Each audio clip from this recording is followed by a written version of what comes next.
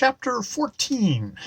That woodman friend of mine proved so engaging it was difficult to get away, and thus when, dusk upon us, and my object still a long distance off, he asked me to spend the night at his hut, I gladly assented.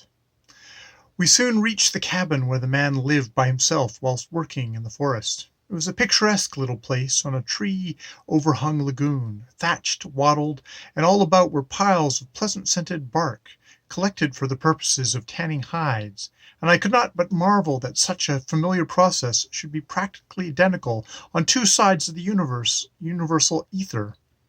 But as a matter of fact, the similarity of many details of existence here and there was the most striking of the things I learned while in the Red Planet. Within the hut stood a hearth in the center of the floor, whereon a comfortable blaze soon sparkled, and upon the walls hung various implements, hides, and a store of dried fruits of various novel kinds. My host, when he had somewhat disdainfully watched me wash in a rill of water close by, suggested supper, and I agreed with heartiest goodwill. "Nothing wonderful, Mr. Bluecoat," he said, prancing about as he made his hospitable arrangements. "No fine meal or scented wine to unlock, one by one, all the doors of paradise, such as I have heard they have in the lands beyond the sea, but fare good enough to eat, good enough for plain men who eat but to live. So, reach me down yonder bunch of yellow aru fruit, and don't upset that cabash, for all my funniest stories lurk at the bottom of it." I did as he bid, and soon we were squatting by the fire, toasting arus on pointed sticks, the doorway closed with a wattle hurdle, and the black and gold firelight filling the hut with fantastic shadows. Then, when the banana-like fruit was ready, the man fetched from a recess a loaf of bread savored with the dust of dried and pounded fish, put the foresaid calabash of strong ale to warm, and down we sat to supper with real woodman appetites. Seldom have I enjoyed a meal so much, and when we had finished the fruit and wheat cake, my guide snatched up the great gourd of ale, and putting it to his lips, called out, "Here's to you, stranger! Here's to your country, here's to your girl, if you have one, and death to your enemies." Then he drank deep and long, and passed the stuff to me. "Here's to you, bully host, and the missus, and the children, if there are any, and more power to your elbow." The which gratified him greatly, though probably he had small idea of my meaning. And right merry we were that evening. The host was a jolly good fellow, and his ale, with a pleasant savour of mint in it, was the heartiest drink I had ever set lips to. We talked and laughed till the very jackals yapped in sympathy outside, and when he had told a score of wonderful wood stories, as pungent as of the life of these fairy forests as the aromatic scents of his bark heaps outside, as iridescent with the colours of another world as the rainbow bubbles riding down his starlit rill, I took a turn, and told him also of the commonplaces of my world, so far away, whereat he laughed gloriously again. The greater the commonplace, the larger his joy. The humblest story, hardly calculated to impress a griffin between watches on the main decks, was a masterpiece of wit to that gentle savage, and when I took off the tricks and foibles of some of my superiors, heaven forgive me for such treason, he listened with such exquisite open-mouthed delight of one who wanders in a brand-new world of mirth. We drank and laughed over that strong beer till the little owls outside raised their voices in combined accord, and then the woodman, shaking the last remnants of his sleepy wits together, and giving a reproachful look at me for finally passing him the gourd empty to the last drop, rose, threw a fur on a pile of dead grass on one side of the hut, and bid me sleep, for his brain was giddy with the wonders of incredible and ludicrous sphere which I have lately inhabited.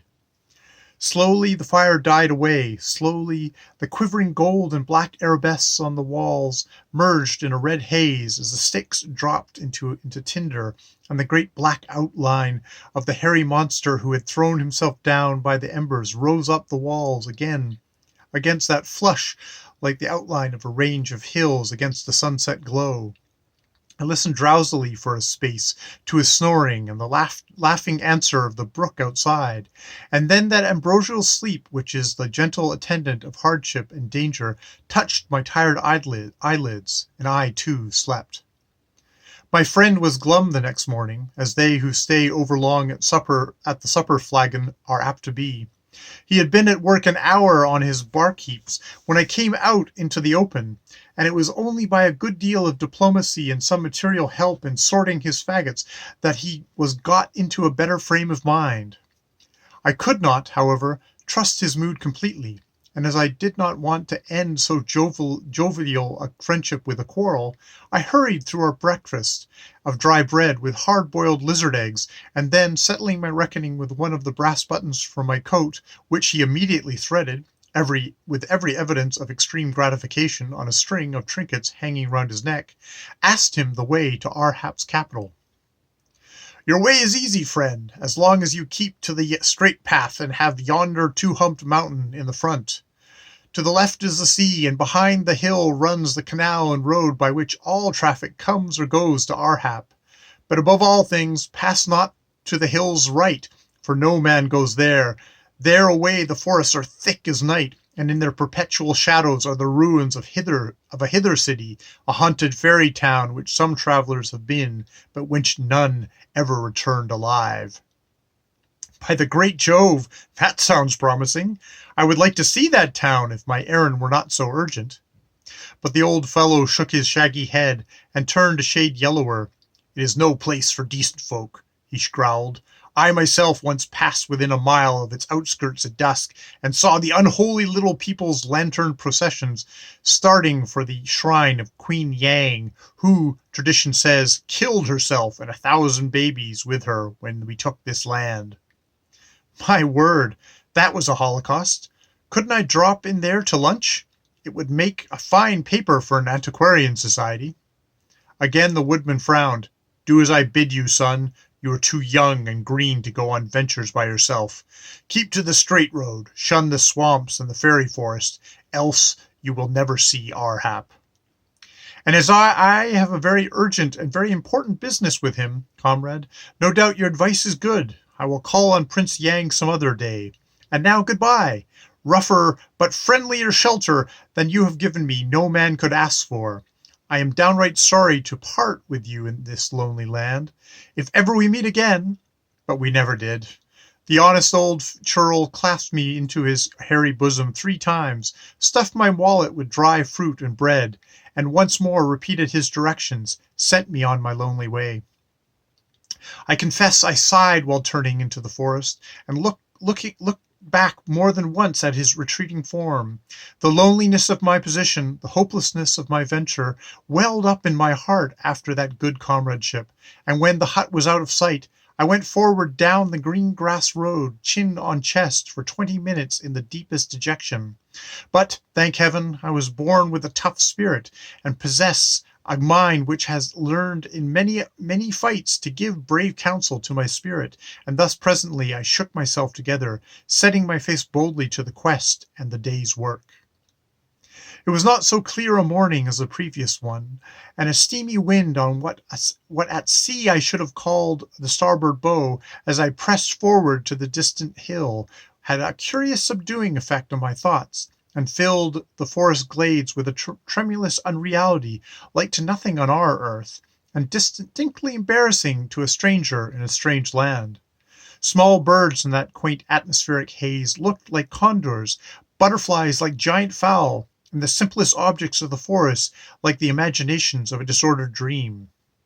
Behind that gauzy hallucination, a fine white mist came up, and the sun spread out flat and red in the sky, while the pent-in heat became almost unendurable. Still, I plodded on, growling to myself that in Christian latitudes all the evidences would have been held to betoken a storm before night, whatever they might do here, but for the most part lost in my own gloomy speculations. That was the more pity since, in thinking the walk over now, it seems to me that I passed many marvels, saw many glorious vistas in those nameless forests, many spreads of color, many incidents that, could I but remember them more distinctly, would supply material for making my fortune as a descriptive traveler. But what would you? I have forgotten, and I am too virtuous to draw on my imagination. As it is, sometimes said other travelers have done when picturesque facts were deficient. Yes, I have forgotten all about that day, save that it was sultry hot, and that I took off my coat and waistcoat to be cooler, carrying them like a tramp I was, across my arm, and thus dishevelled passed some time in the afternoon an encampment of forest folk, wherefrom almost all the men were gone, and the women shy and surly. In no very social humour myself, I walked round their woodland village, and on the outskirts by a brook, just as I was wishing there was some one to eat my solitary lunch with, chanced upon a fellow busily engaged in hammering stones into weapons upon a flint anvil. He was an ugly-looking individual at best, yet I was hard up for company, so I put my coat down, and seating myself on a log opposite, proceeded to open my wallet and take out the frugal stores the woodman had given to me that morning. The man was seated upon the ground, holding a stone anvil between his feet, while with his hands he turned and chipped with great skill a spearhead he was making out of flint.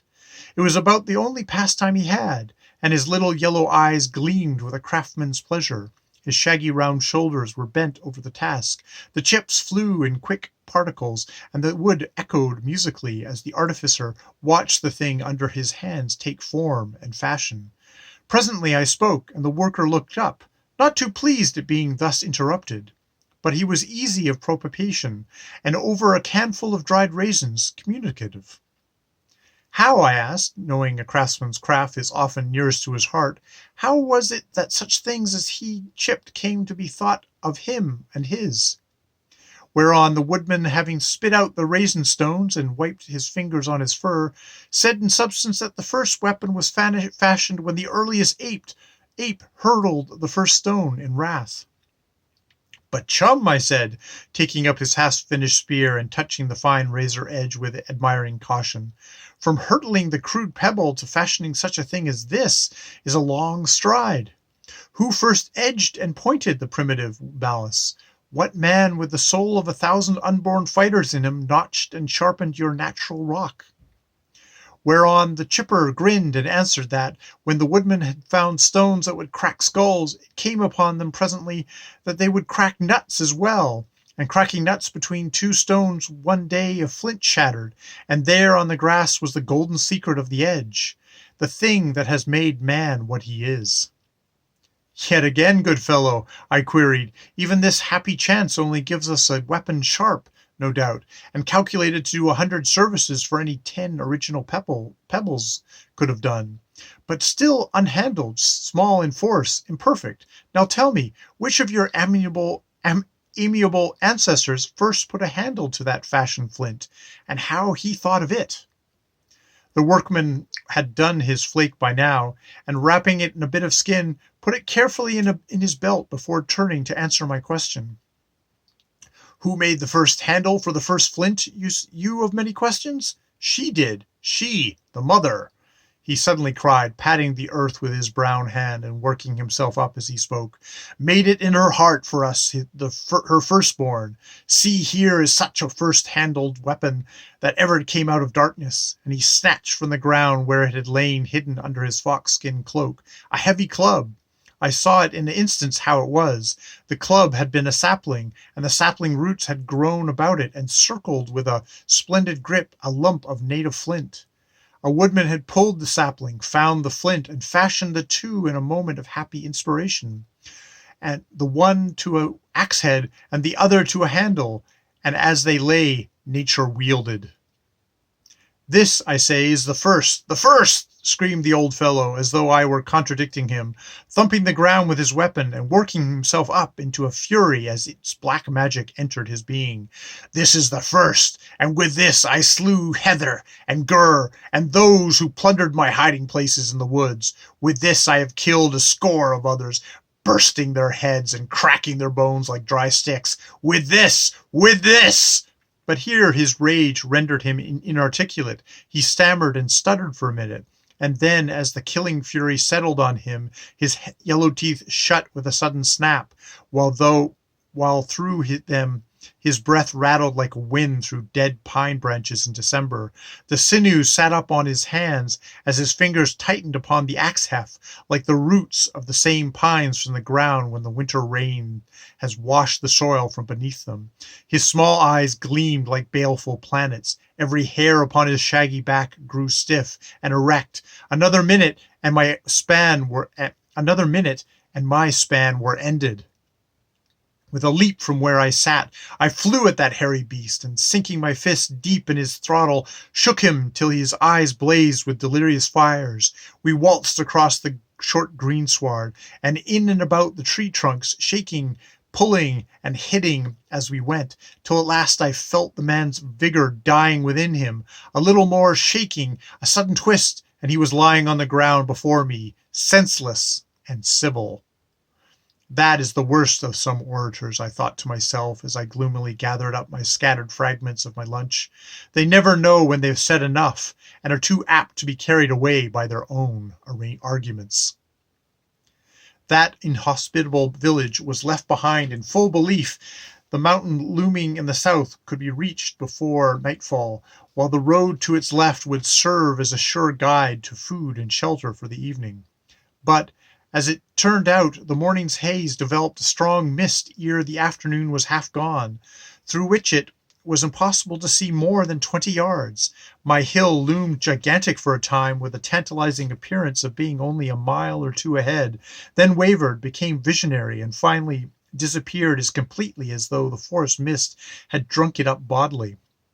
There was still the road to guide me, a fairly well-beaten track twining through the glades, but even the best highways are difficult in fog, and this one was complicated by various side paths made probably by hunters or bark cutters, and without compass or guide marks it was necessary to advance with extreme caution or get helplessly mazed.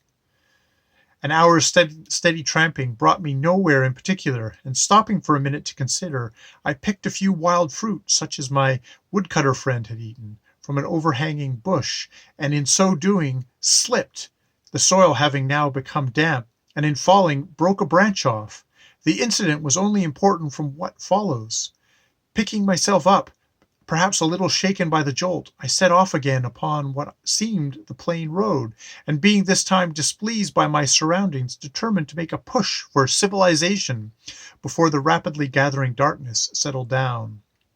Hands in pocket and collar up, I marched forward at a good round pace for an hour, constantly straining eyes for a sight of the hills and ears for some indication of living beings in the deadly hush of the shrouded woods, and at the end of that time, feeling sure habitations must now be near, arrived at what looked like a little open space, somewhat seeming rather familiar in its vague outlines.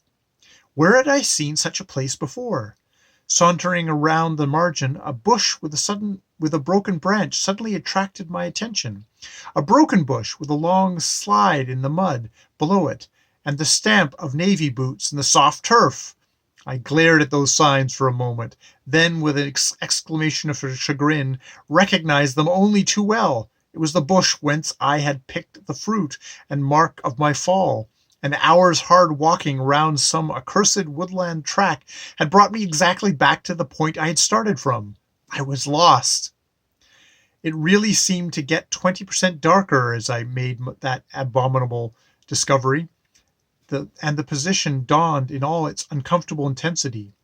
There was nothing for it but to start off again, this time judging my direction only by a light breath of air drifting the mist tangles before it. And therein I made a great mistake, for the breeze had shifted several points from the quarter whence it blew that morning. Knowing nothing of this, I went forward with as much light-heartedness as could be managed, humming a song to myself, and carefully putting aside thoughts of warmth and supper, while the dusk increased and the great forest vegetation seemed to grow ranker and closer at every step. Another disconcerting thing was that the ground sloped gradually downwards, not upwards as it should have done, till it seemed the path lay across the flats of a forest-covered plain, which did not conform to my wish of striking a road on the foothills of the mountain. However, I plodded on, drawing some small comfort from the fact that as darkness came, the mist rose from the ground and appeared to condense in a ghostly curtain 20 feet overhead, where it hung between me and clear night sky, presently illuminated by starlight with the strangest effect. Tired, footsore, and dejected, I struggled on a little further. Oh, for a cab, I laughed bitterly at myself. Oh, for even the humble necessary omnibus of civilization. Oh, for the humble tuck shop where a mug of hot coffee and a snack could be had by a homeless wanderer. And as I thought and plodded savagely on, collar up, hands in pockets, through the black tangles of that endless wood, suddenly the sound of wailing children caught my ear. It was the softest, saddest music ever mortal listened to. It was as though scores of babes in pain were dropping to sleep on their mothers' breasts, and all hushing their sorrows with one accord in a common melancholy chorus. I stood spellbound at that elfin wailing, the first sound to break the deathly stillness of the road for an hour or more, and my blood tingled as I listened to it. Nevertheless, here was what I was looking for. Where there were weeping children, there must be habitation and shelter, and, splendid thought, supper. Poor little babes, their crying was the deadliest, sweetest thing in sorrows I ever listened to. If it was colic, why, I knew a little of medicine, and in gratitude for that prospective supper, I had a soul big enough to cure 1,000. And if they were in disgrace, by some quaint Martian fashion had suffered simultaneous punishment for baby offenses, I would plead for them. In fact, I fairly set off at the run towards the sobbing, in the black, wet night air ahead, and, tripping as I ran, looked down and saw in filtering starlight that the forest grass had given place to ancient roadway paved with moss-grown flagstones, such as they still used in Seth. Without stopping to think of what that might mean, I hurried on, the wailing now right ahead, a tremulous tumult of gentle grief rising and falling on the night air, like the sound of a sea after a storm. And so presently, in a minute or two, came upon a ruined archway spanning the lonely road, held together by great masses of black-fingered creepers, gaunt and ghostly in the shadows, an extraordinary and unexpected vision. And as I stopped with a jerk under that forbidding gateway and glared at its tumbled masonry and great portals hanging rotten at their hinges, suddenly the truth flashed upon me. I had taken the forbidden road after all. I was in the ancient, ghost-haunted city of Queen Yang.